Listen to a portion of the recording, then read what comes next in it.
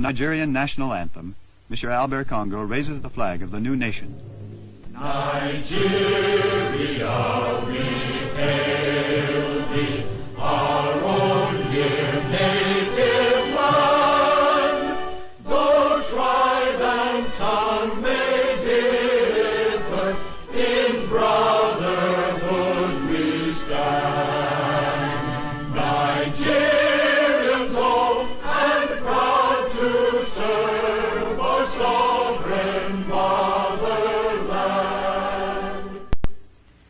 Our flag shall be a symbol that truth and justice reign.